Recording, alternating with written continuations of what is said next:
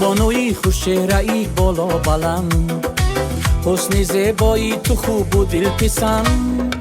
روی من بر لب کشایی بر سخن، تا بدم حرفی تو شیرین طرز کن. روی من بر لب کشایی بر سخن، تا بدم حرفی تو شیرین طرزی کن.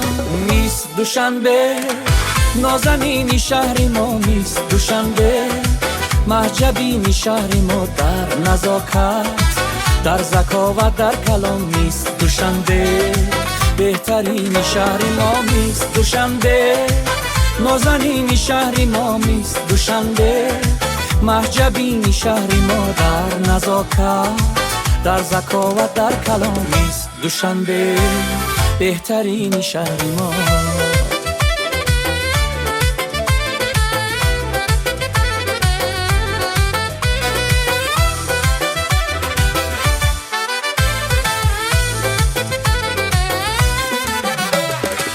خوب رو خوش چهره و کاکل دراز، می نمایی در نظر سروی بناز. هم زبان میدانی هم داری هنر، نرم باشد نگاه دل نواز. هم زبان میدانی هم داری هنر، نرم باشد نگاه دل نواز. میست دوشنبه نازنینی شهر ما، میست دوشنبه محجبینی شهر ما. در نزاکت، در ذکاوت، در کلام میست دوشنبه بهترین شهر ما. میست دوشنبه نازنینی شهر ما، میست دوشنبه محجبینی شهر ما. در نزاکت، در ذکاوت، در کلام میست دوشنبه بهترین شهر ما.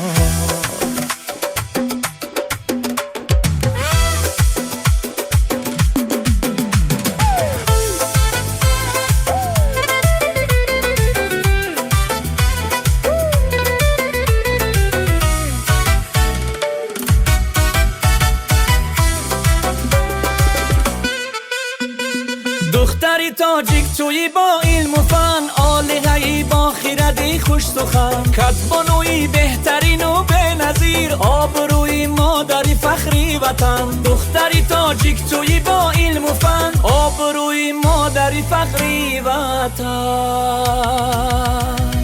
دختری تاجیک نازنینی دل ربا، دختری تاجیک محجبینی محلقا. در نزاکت، در ذکاوت، در کلام دختر تاجیک افتخاری بحر ما. میست دوشنبه نازنینی شهر ما، میست دوشنبه محجبینی شهر ما. در نزاکت، در ذکاوت، در کلام میست دوشنبه بهترین شهر ما. میست دوشنبه نازنینی شهر ما.